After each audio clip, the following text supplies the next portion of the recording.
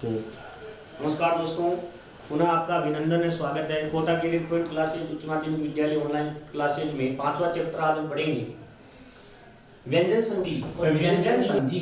तो व्यंजन संधि में देखो कक्षा 9th और 10th के लिए कौन कौन सी संधियां आपको पढ़नी है, किस किस प्रकार आपको सरलतम नियमों से अध्ययन करना है। तो अब हम पढ़ते हैं व्यंजन संधि। संधि के प्रारंभ में हमने पढ़ा था कि सारी संधियों का नामकरण हुआ परिवर्तन के आधार पर।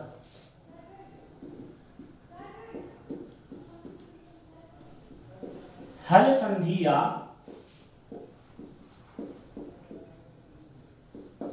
व्यंजन संधि। जब परिवर्तन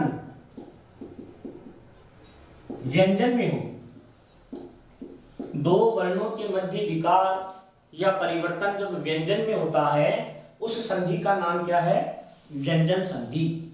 और इस व्यंजन संधि में सबसे पहले हम पढ़ेंगे जस्त्व संधि।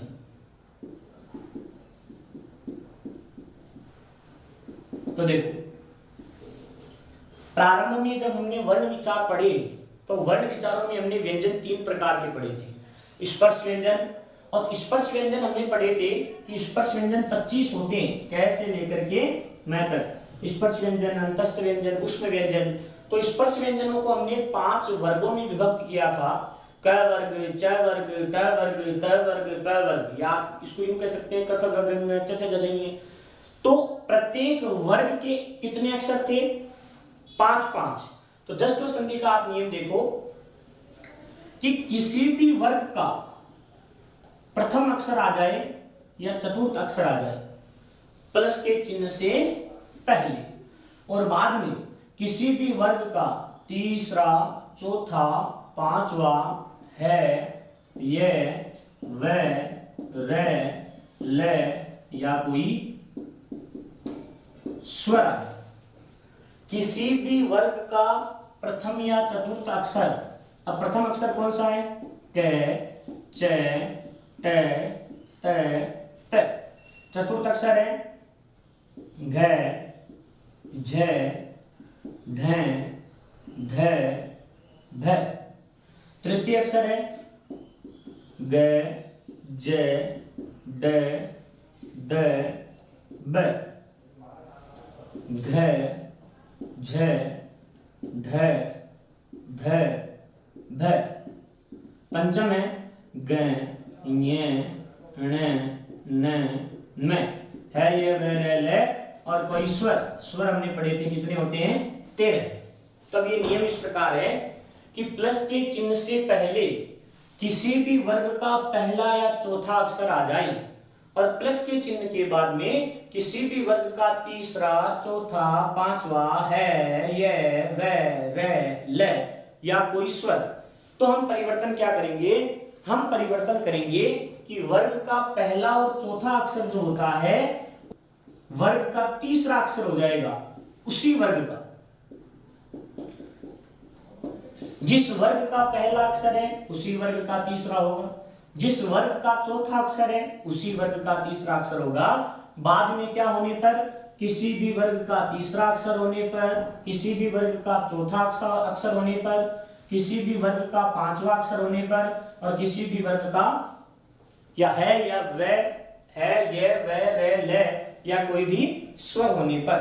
तो देखो हम पढ़ते हैं नियम। जगत प्लस ईस, जगत प्लस ईस है, तो प्लस के चिन्ह से ठीक पहले तय अपने वर्ग का कौन सा अक्षर है? पहला। और प्लस के चिन्ह के बाद में ई क्या है? स्वर। तो देखो जस्त्व संधि का नियम कार्य कर रहा है क्या?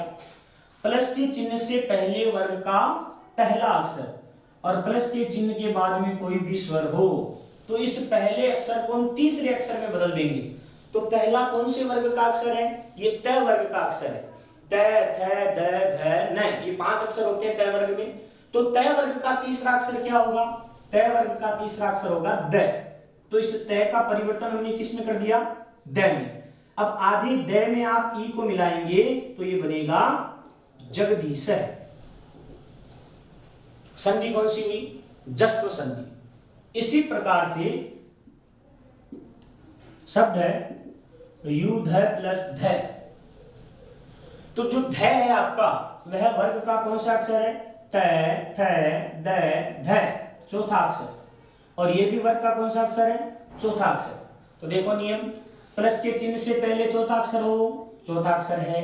प्लस के चिन्ह के बाद में भी चौथा अक्षर हो, चौथा अक्षर है। तो जस्त्व संधि का नियम कार्य कर रहा है। और नियम कार्य करते जस्त्व संधि के अनुसार हम परिवर्तन क्या करेंगे? ये चौथा अक्षर जिस किसी भी वर्ग का है उस वर्ग का तीसरा अक्षर कर देंगे। तो ध कौन से वर्ग का है? द है त वर्ग का। तो त वर्ग का तीसरा अक्षर क्या होता है? त, थ, द। तो ये ध किस में बदलेगा? द में। आगे क्या है? ध। जोड़ के लिखेंगे तो शब्द लिखा जाएगा युद्ध। इसी प्रकार से अच प्लस अंत है अजंत। हल प्लस जगत प्लस अंबा जगदंबा।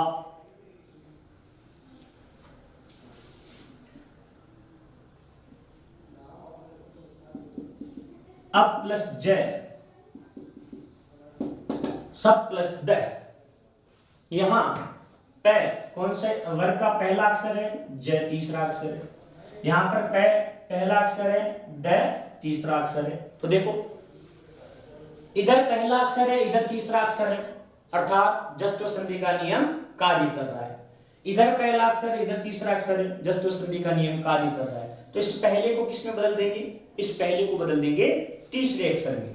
तो प का तीसरा अक्षर ब होता है, शब्द बनेगा अब्जय। ये शब्द बनेगा शब्द। तो इस प्रकार से आप और अनेक शब्दों में जस्त्व संधि का नियम का अध्ययन करके और इसमें पारंगत हो सकते हैं। ज्यादा आपको डीपली पढ़ने की आवश्यकता नहीं है, सिर्फ आप इतना ही ध्यान रखिए क्योंकि आपको या तो संधि पूछेगा या संधि विच्छेद पूछेगा। तो जस्त्व संधि के बाद में हम पढ़ते हैं अनुस्वार संधि। और अनुस्वार संधि में सबसे सरल संधि है अनुस्वार संधि। और अनुस्वार संधि में हम क्या पढ़ेंगे?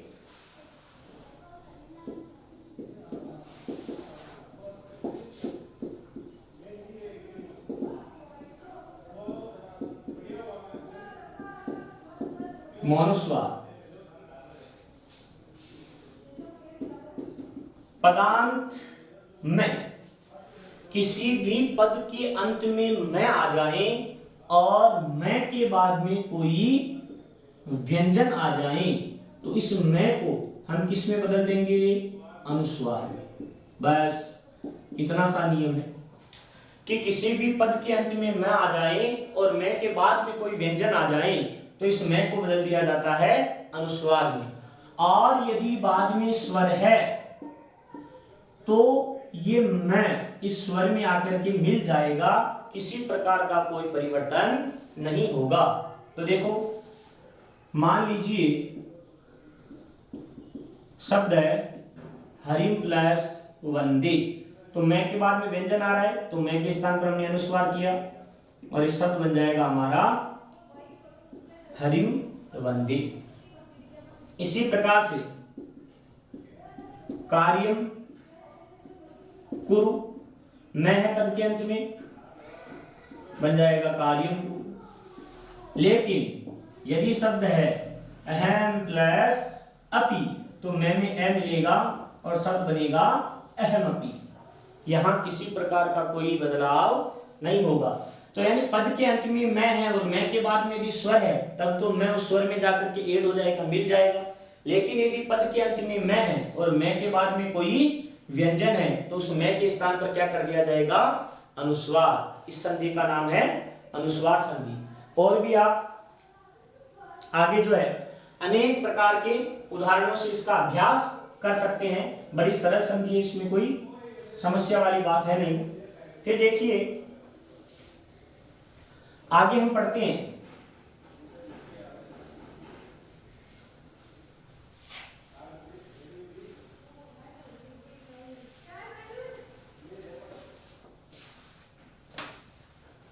पर सवर्ण संधि।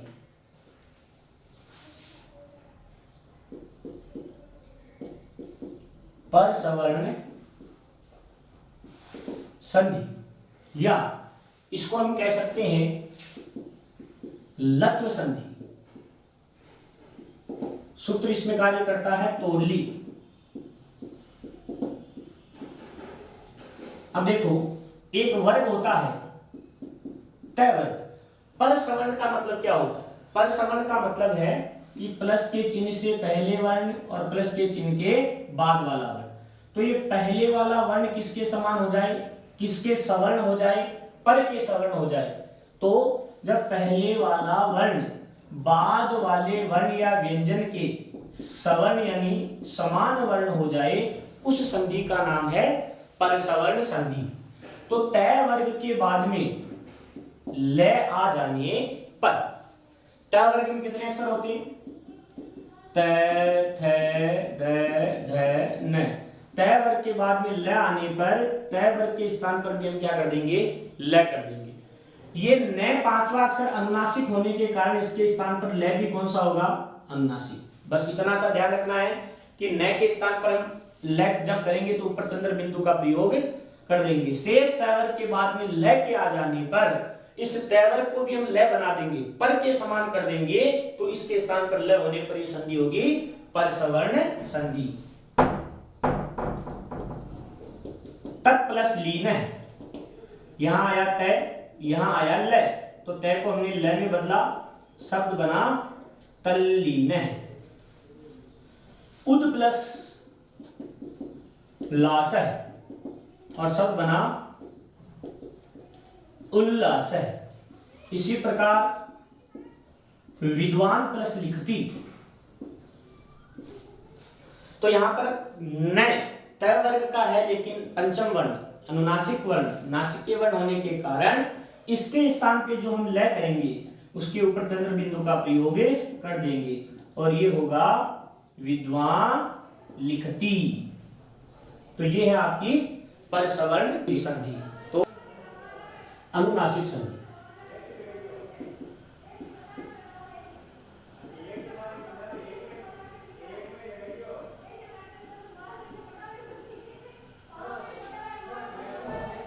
तो मित्रों, पाणिनि के सूत्रों के अनुसार यदि हम संधि पढ़ते हैं तो उसमें हो सकता है आरबीएससी के जो छात्र है 9th और 10th के, उनको थोड़ी जटिलता का अनुभव हो, इसलिए हम इन संधि को सीधे तौर पर इसको हम जान लेते हैं, पढ़ लेते हैं और अभी तक हम ऐसा ही करते आ रहे हैं।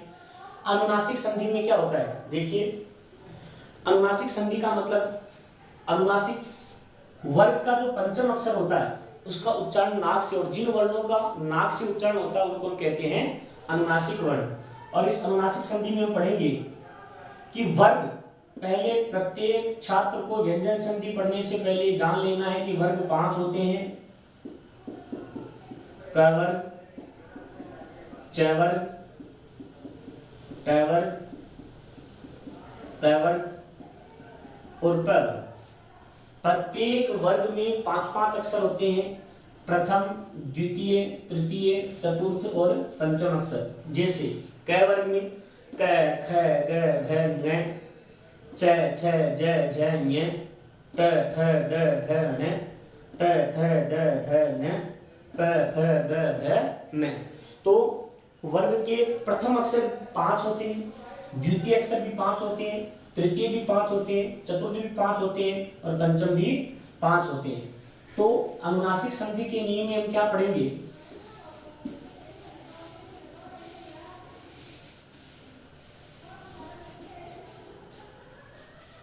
किसी भी वर्ग का पहला, दूसरा, तीसरा और चौथा अक्षर आ जाए, किसी भी वर्ग का पहला, दूसरा, तीसरा या चौथा अक्षर आ जाए और बाद में किसी भी वर्ग का 5वां अक्षर आ जाए, तो पहले, दूसरे, तीसरे, चौथे वर्ग के स्थान पर हम उसी वर्ग का कौन सा अक्षर कर देंगे? पंचम वर्ग। उसी वर्ग का, जिस वर्ग का पहला, दूसरा, तीसरा या चौथा अक्षर, जिस किसी भी वर्ग का एक अक्षर होगा उसी वर्ग का 5वां अक्षर इसमें हो जाएगा। जैसे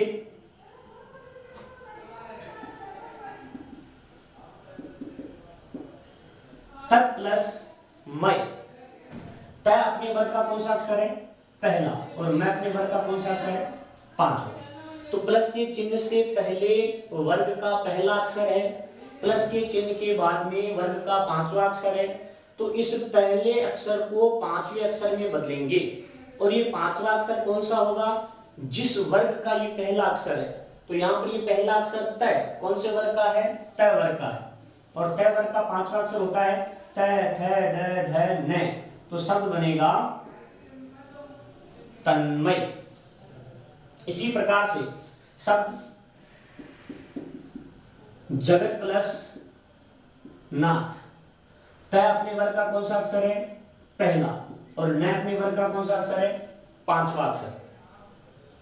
तो पहले के बाद में पांचवा अक्षर आया, तो इस पहले के स्थान पर हम पांचवा अक्षर न आदेश करेंगे तो बनेगा जगन्नाथ। अब देखिए, इस अनुनासिक संधि में आपको नियम जो जस्त्व संधि का नियम पढ़ा था वह नियम इसके अंदर हूबहू मिल रहा है। जैसे जस्त्व संधि में हमने पढ़ा था पहला या चौथा आ जाए, उसके बाद तीसरा, चौथा, पांचवा है, ये, व, र, ल या कोई स्वर।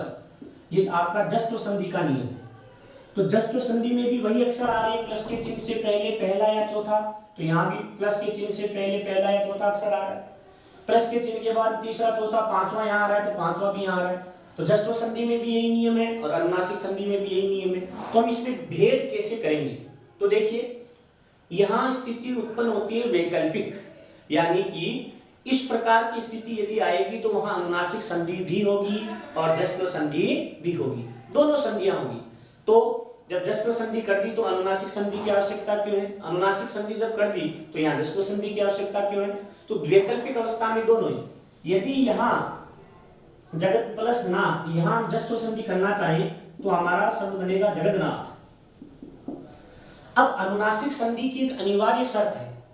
अनिवार्य शर्त क्या है कि पहला, दूसरा, तीसरा और चौथा वर्ण और उसके बाद में जो पंचम वर्ण आए, तो यदि यह पंचम वर्ण किसी प्रत्यय के प्रारंभ में हो, किसी प्रत्यय के प्रारंभ में हो, तो अनिवार्य रूप से अनुनासिक संधि का नियम ही कार्य करेगा, जस्त्व संधि का नियम कार्य नहीं करेगा। आपके सामने दो उदाहरण है, जगत प्लस नाथ और तत् प्लस मय। तो यहाँ पर ये जो मय शब्द है, ये मयट प्रत्यय का शेष भाग है। प्रत्यय होता है मयट, जिसका मतलब होता है युक्त। तो मयट प्रत्यय का शेष भाग है। तो मयट प्रत्यय के प्रारंभ में पांचवा अक्षर आया, इस कारण यहाँ हम जस्त्व संधि नहीं कर सकते। यहाँ हमें केवल और केवल कौन सी संधि का प्रयोग करना पड़ेगा? अनुनासिक संधि का। तो आपका तन्मय बनेगा। आप यदि करना चाहो तन्मय तो वो नहीं होगा, क्योंकि ये मय प्रत्यय के प्रारंभ में है। तो जब भी ये पांचवा अक्षर किसी प्रत्यय के प्रारंभ में आएगा, तब तो अनिवार्यतः आपको अनुनासिक संधि ही करना है। और यदि मय प्रत्यय के प्रारंभ में ना आए, तब आप वैकल्पिक अवस्था से जस्त्व संधि भी कर सकते हैं और अनुनासिक संधि भी कर सकते हैं। और देखिए, कुछ उदाहरण और देखते हैं।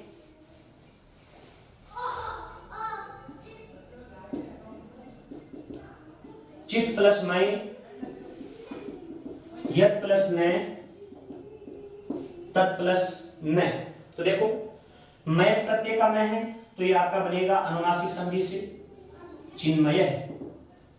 यत प्लस न, यहां वर्ग का पहला अक्षर है, यहां वर्ग का पांचवा अक्षर है। पहले के बाद में पांचवा आ रहा है, तो अनुनासिक संधि भी कार्य करेगा और जस्त्व संधि का नियम भी कार्य करेगा। जस्त्व संधि के अनुसार हम वर्ग का तीसरा अक्षर कर देते हैं, तो बनेगा यद्न।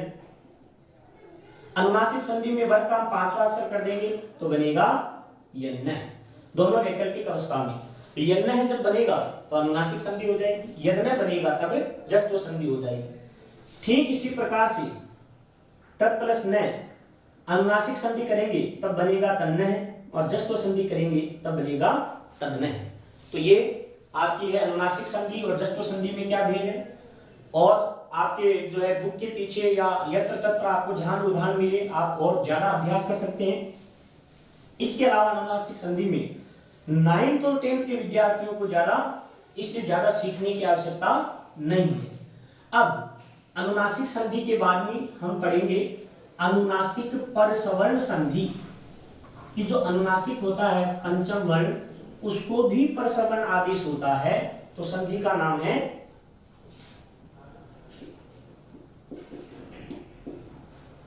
अनुनासिक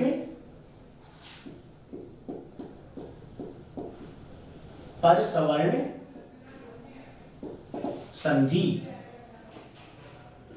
इसमें हम क्या करेंगे, अनुनासिक संधि का जो नियम है उससे ठीक उल्टा नियम कि वर्ग का आ जाए पांचवा अक्षर प्लस के चिन्ह से पहले और प्लस के चिन्ह के बाद किसी भी वर्ग का पहला, दूसरा, तीसरा या चौथा अक्षर आ जाए तो इस वर्ग के पांचवें अक्षर को हम किसमें बदल देंगे, बाद वाले अक्षर के पंचम वर्ण में। ध्यान दीजिए, प्लस के चिन्ह से पहले जो पांचवा अक्षर है वो प्लस के चिन्ह के बाद वाला कोई भी वर्ण है, उस वर्ण का कौन सा वर्ग है उस वर्ग के पंचम अक्षर में बदलेगा, तब होगा परसवर्ण। और पंचम वर्ण होने की वजह से हो जाएगा अनुनासिक और संधि होगी अनुनासिक परसवर्ण संधि। यानी कि धन के चिन्ह के बाद जो भी वर्ण है उस वर्ण का वर्ग कौन सा है, उसी वर्ग का पांचवा अक्षर। दूसरी बात,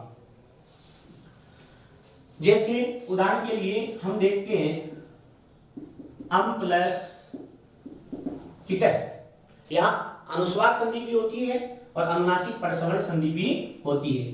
तो मैं अपने वर्ग का पांचवा अक्षर और क अपने वर्ग का पहला अक्षर, तो यहाँ पांचवा अक्षर है, यहाँ पहला अक्षर, तो पांचवें को किसमें बदलेंगे, इसके पांचवें में। ये क्या है, क, तो क कौन से वर्ग का है, क वर्ग का। क वर्ग का पांचवा अक्षर होता है क, ख, ग, घ, न, तो ये मैं आपका बदलेगा न में ट, और इसी प्रकार से दिनाम प्लस क, मैं पांचवा अक्षर है और क पहला अक्षर है। जब ये क पहला अक्षर है तो पांचवा पहले के पांचवें में बदलेगा, यानी क, ख, ग, घ, न, और ये बनेगा आपका दिनांक। इसी प्रकार से चम प्लस चल, चम प्लस चल, मैं पांचवा अक्षर है, च पहला अक्षर है, इसके पांचवें में जब ये बदलेगा तभी बनेगा चंचल है। तो ये है आपकी अनुनासिक परसवर्ण संधि, और आप अधिकाधिक उदाहरणों से अभ्यास करके इसमें पारंगत हो सकते हैं।